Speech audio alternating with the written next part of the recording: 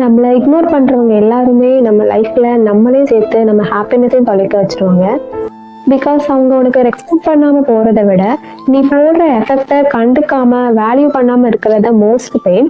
ஒருத்தவங்க உன்னை எப்போ இக்னோர் பண்ண ஸ்டார்ட் பண்ணுவாங்க அப்படின்னா, உன்னை வேல்யூ பண்ணாத ஒருத்தவங்களை நீ ரொம்ப வேல்யூ பண்ற அப்படின்னு அவங்களுக்கு தெரியும் போதுதான் அவங்க உன்னை இக்னோர் பண்ண ஸ்டார்ட் பண்ணுவாங்க. அதுக்காக நீ வேல்யூபிளா நினைக்கிற பர்சன் உன்னை அவாய்ட் பண்ணாலும் சரி, கண்டுக்காம போனாலும் சரி, நீ அவங்கள ரெஸ்பெக்ட் பண்ணாம இருக்க முடியாது.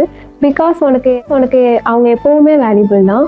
நீ வேல்யூபிள் பர்சனா அவங்கள நினைக்கிற அப்படின்னு அவங்களுக்கு தெரியணும். நீ மட்டும் நினைச்சிட்டு இருந்தா மட்டும் போதாது. நீ வேல்யூபிள் பர்சனா திங்க் பண்ற அப்படின்னு அவங்களுக்கு தெரிஞ்சதுக்கு அப்புறமும் அவங்க இக்னோர் பண்ணாங்க அப்படின்னா பி சைலண்ட். பிகாஸ் சைலண்ட் உன்னை அழுகிறதுக்கோ உன்னை கஷ்டப்படுத்துறதுக்கோ இல்லை, உன்னை அழகாக மாத்துறதுக்கு தான்.